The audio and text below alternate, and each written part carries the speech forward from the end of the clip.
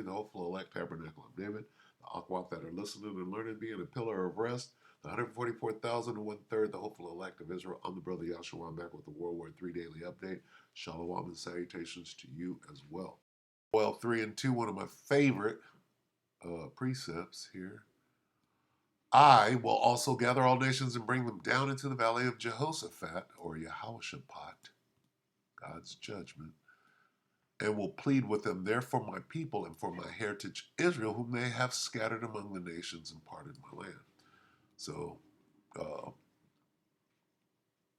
my people and my heritage Israel is talking about the Negroes, Latinos, Native Americans, and Seminole Indians, mainly gathered here in North America. Okay? Babylon the Great, for that matter. All right? Whom they have scattered among the nations and parted my land. All right? So, God is the I, is gathering all nations, where? Into the Middle East, or in the area. Where is the Valley of Jehoshaphat? It's in Israel, the land of Israel. And the people that are there are not his people. The so-called Palestinians or the so-called Israelis. The so-called Israelis are Edomites from the tribe of Amalek. The so-called Palestinians are Ishmaelites. Okay? They're not Palestinians. The ancient name for Palestinian is Philistine, and those are the sons of Ham. Those Ishmaelites are the sons of Shem, where the term anti-Semitic comes from. Yes, they are Shemitic or Semitic.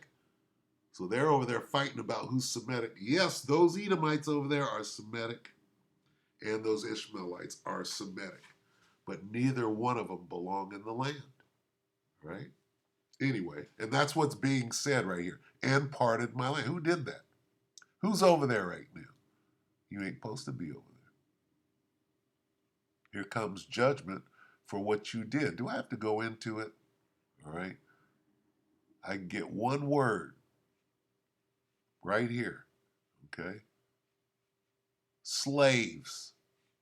Sold a girl. Huh? Let's look into that real quick. Let's get that word slaves. They threw dice. Who threw dice? They threw dice to decide which of my people would be their slaves. Well, we know who slaves are, right? Who were the slaves in ancient Egypt? The same slaves that are right here in the United States of America. Same thing. Okay? So, got to have your slave card out. Where's your history of slavery at? Right? Sold girls, right? They threw dice to decide which of my people, God's people, have spent a lot of time being slaves. They were slaves in the Assyrian captivity. They were slaves in the Babylonian captivity. They were slaves in ancient, okay, and they were slaves in America. Who's that? Okay? So anyway, let's go back to 2. And let's read this. I will gather the armies of the world. See, I will gather all nations translates into the armies of the world. Where? Into the middle, not the Middle East proper. Yeah, the Middle East, but where is the Valley of Jehoshaphat? It's in Israel, the land of Israel. All right, so let's watch this. An hour ago, open-minded thinker, breaking Russian troop development near Israeli border. Huh? What's Russia doing in the Valley of Jehoshaphat? Huh? Russia's way the hell over there. What are they doing right there in what they call the Middle East? Well, they're fighting a war in Syria, right? They happen to be right there. Now they put some of those troops right there on the border of what? The Valley of Jehoshaphat. Wait, what? I will gather the armies of the world into the Valley of Jehoshaphat, which is right there in Israel. That's what this is saying. Okay? Let's watch it. Take it away. The Russian military leadership has announced plans to deploy troops near the border close to the occupied Palestinian territories as tensions rise with the impending Rafah invasion. This move has sparked discussions and concerns among military and government officials regarding the strategic implications of Russian troops allegedly patrolling a crucial border point with occupied Palestine. Reports indicate that the occupying forces have submitted a discreet formal inquiry to Russian authorities seeking clarification on the necessity of such a deployment at this juncture. Do we see all the armies of the world headed towards the Middle East? Even Russia. If confirmed, this deployment would signify a notable shift in Russian strategic military policy towards Israel since the onset of the crisis. Based on available information, Russia has established a new observation point in southwest Syria near the occupied Golan Heights, as reported by a reputable war monitor. This development occurs amidst escalating... Tired of weak and... So everybody's headed over there. We're watching prophecy take place. Escalating tensions between resistance groups and occupying forces in Gaza and other areas. The Syrian Observatory for Human Rights, leveraging its extensive network of on-ground sources, has noted the placement of the Russian observation point in the western plains area of Bir al-Ajam, within the western countryside of Quneitra province, adjacent to the Golan Heights. Thank you for tuning in to today's news coverage. We strive to provide comprehensive reporting and analysis to keep you abreast of developments in Palestine.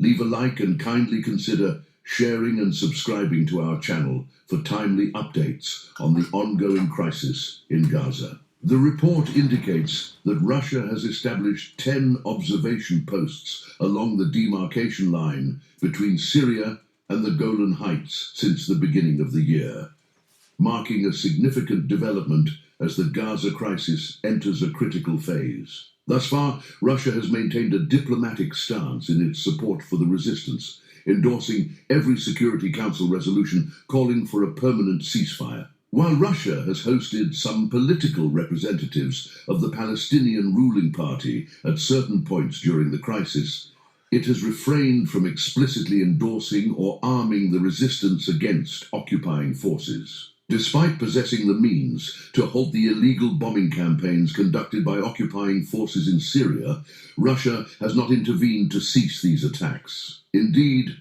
Russia's defense ministry recently reported an airstrike by the occupation's air force on Nairab International Airport in Syria's Aleppo province. According to the ministry, 2 F-16 fighter jets belonging to the occupying forces fired cruise missiles that struck the airport, resulting in the injury of 3 civilian airport employees. In response to such attacks, criticism has been directed towards the occupation authorities. Russia has consistently condemned these assaults on Syrian territory, often justified as targeting Iran-backed militia groups. Russia points out the civilian casualties and violations of international law resulting from these attacks. Despite being a major ally to Bashar Assad's government, concrete actions to stop these attacks on legitimate Syrian infrastructure have not materialized. The decision to deploy troops near the occupation's military installations in the Golan Heights indicates strategic foresight. In the event of a wider conflict between the occupation and Syria, Russia appears prepared to manage refugee influxes and potentially provide military support to its Syrian allies. This deployment may also signal Russia's growing frustration with perceived geopolitical maneuvers in Gaza by Western powers. With the United States repeatedly rejecting immediate ceasefires in Gaza, Russia may anticipate the potential for a wider conflict and seek to proactively monitor developments across the Syrian border.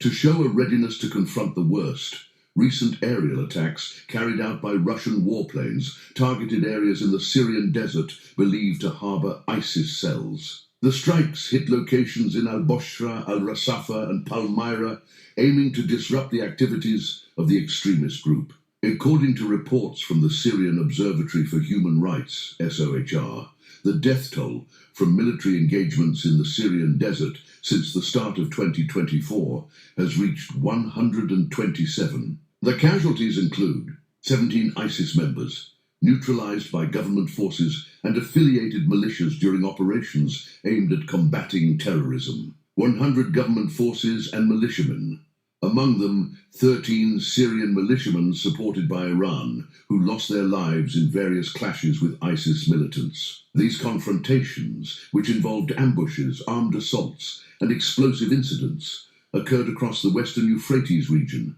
and the deserts of Deir ez-Zor, al-Raqqa, and Homs. 10 civilians, sadly, including a child, who were affected by attacks carried out by ISIS militants in the Syrian desert. The ongoing conflict underscores the challenges in eradicating ISIS remnants from Syria's vast desert regions, despite significant territorial losses by the group in recent years. The violence continues to exact a heavy toll on both military personnel and innocent civilians caught in the crossfire. Russian involvement in airstrikes against suspected ISIS targets adds complexity to the multifaceted dynamics of the Syrian conflict. Moscow's support for the Assad regime in its fight against various insurgent groups, including ISIS, underscores the intricate geopolitical landscape in the region. This complexity mirrors the evolving situation in occupied Palestine and highlights the need for a superpower like Russia to remain vigilant of the unfolding events. Let's stop it right there. So as you can see, people from very, very far away, right, are moving their equipment into the Valley of Jehoshaphat, which is the Middle East, which is right on the Israeli border, or on the border of the land of Israel, just like it says right here. All right, I will gather the armies of the world into the Valley of Jehoshaphat. That's what's going on. Okay, and there are other theaters of war, but guess what? The final battle, right? The Battle of Armageddon. Right? We're watching it formulate. All right, so let me see, and that will culminate. World War III will be declared before the Battle of Armageddon, which is the last battle. So anyway, let's get Revelation 11 and 14. Okay, the second, Revelation 11:14. The second woe is past. Behold, the third woe is coming shortly. That's World War III. That's World War II. So the Bible speaks of these things. Right? And what do? We have understanding, and we sit back and watch. Get the popcorn.